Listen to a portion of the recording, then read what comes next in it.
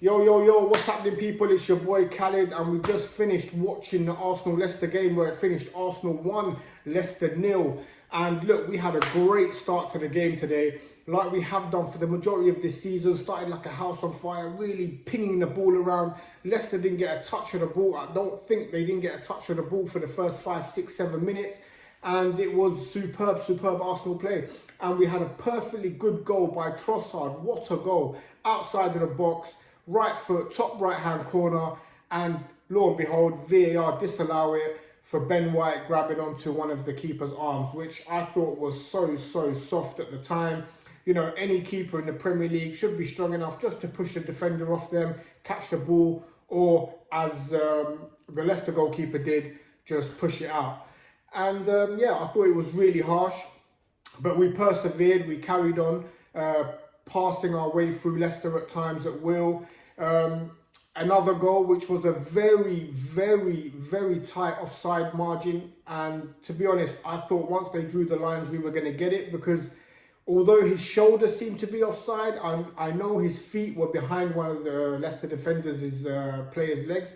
So really and truly, I felt that was a little bit harsh as well. But you know, if they've drawn the lines which we didn't get to see, then yeah, offside is offside. But again, we persevered. We were dominating the play, dominating the game. I thought Jorginho was really just kept us rolling in midfield. Some beautiful passes by him today. And, you know, we got the goal. Martinelli, as soon as he scored, he went down with an injury, and it was his knee again, where we know previously he's had trouble with that knee. But luckily, it was nothing. He got back up after being seen by the medical team, came back onto the pitch. And look, it was 1-0, so it was always going to be nervy. The last 10-15 minutes of the game, they brought on, you know, the Vardy, Tillemans and all that. But look,